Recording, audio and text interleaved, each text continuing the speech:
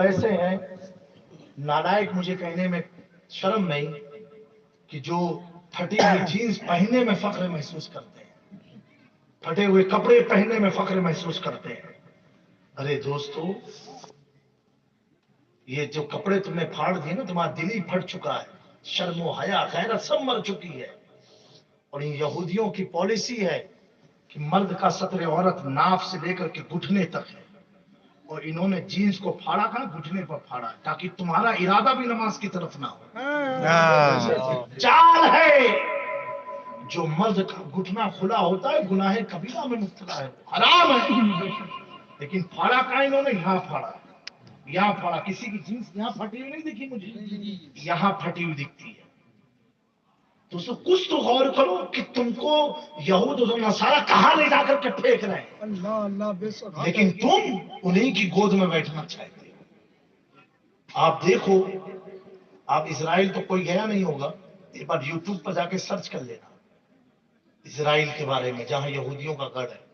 کوئی یہودی آپ کو چڈی میں نظر نہیں آئے گا، سب داڑھی میں ہوتے ہیں۔ یہودیوں کی پہچان ہی ہے یہ داڑھی رکھے، اور کوٹ پینٹ ٹائی پلس داڑھی، اور اوپر ایک چھوٹی سی ٹوپی لگائے رہتے ہیں، ٹھیک ہے۔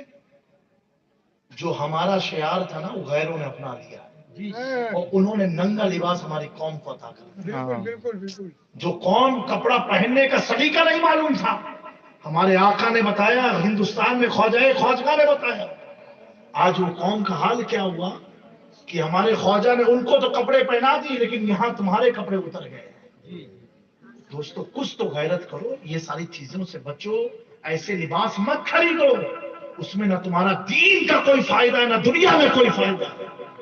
تو جب مرتا ہے آدمی تو قرآن خوانی کرتے ہیں کہ نہیں کرتے ہیں؟ آپ لوگ کیوں کرتے ہیں؟ کیوں کرتے ہیں؟ اصالے ثواب کے لیے۔ غور سے سننا، علماء کی توجہ چاہتا ہوں۔ آپ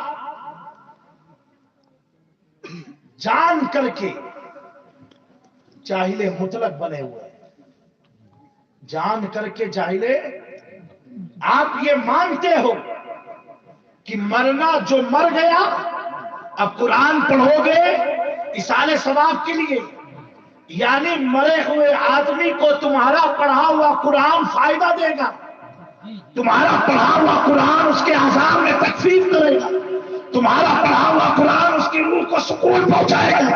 دوستو، جب تم نے یہ مان لیا کہ مرے ہوئے آدمی کو تیرا پڑھا ہوا قرآن فائدہ دے سکتا ہے، تو تو جب زندہ ہے تو قرآن سے فائدہ زندہ ہو کر کے فائدہ تو نہیں اٹھا رہا ہے۔ دوستو، اس کے مطلب پتہ کیا چلا؟ تم جان کر کے جاہل بنے ہو، تمہیں سب معلوم ہے تم نے غفلت کا پڑھنا اور نہ، تم جانتے ہو جو قرآن مردے کو فائدہ دے سکتا ہے تو کیا تیری روزی میں برکت نہیں دے سکتا؟ تجھے روزگار نہیں بنا سکتا؟ تجھے مالا مال نہیں کر سکتا؟ تجھے برائیوں سے بچا نہیں سکتا؟ تجھے شراب کی لتوں سے چھڑا نہیں سکتا؟ تجھے جوئے کے اڈے سے بچا نہیں سکتا؟ تجھے ماں باپ کی عظمت سمجھا نہیں سکتا؟ تجھے بیویوں کے حقوق ادا کرانے کا طریقہ بتا نہیں سکتا؟ اپنے بچوں کی پرورش کا سلیقہ دے نہیں سکتا؟ ارے قرآن تو وہ ہے، پیغمبر اسلام نے فرمایا کہ قرآن کو دیکھنا بھی عبادت ہے۔ جو قرآن کو دیکھنا عبادت ہے تو پڑھنا کتنی بڑی عبادت ہوگی؟ جو پڑھنا عبادت ہے تو اس کو سمجھنا کتنی بڑی عبادت ہوگی؟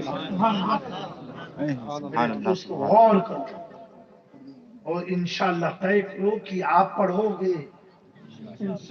بولیے انشاءاللہ، بولو بھائی، ہاتھ اٹھا کے بولو انشاءاللہ پڑھیں گے۔ کیا پڑھیں گے؟ ہاں، کیسے؟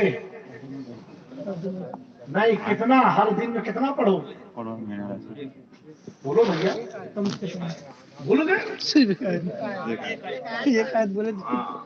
سے کم ایک آئے، پھر آپ سکون دیکھو گے لائف میں، آپ کو کتنا سکون ملے گا قرآن پڑھو گے جب۔ اور جب بھی آپ لوگ صبح اٹھتے ہو نا، برش منجن کرتے ہیں کہ یہاں پر سب معاملہ کلیئر رہتا ہے؟ ہاں، نہیں کرتے ہیں؟ نہیں، کیا داتون کرتے ہیں کہ برش منجن؟ تو اس میں کیا کیا کرتے ہیں آپ؟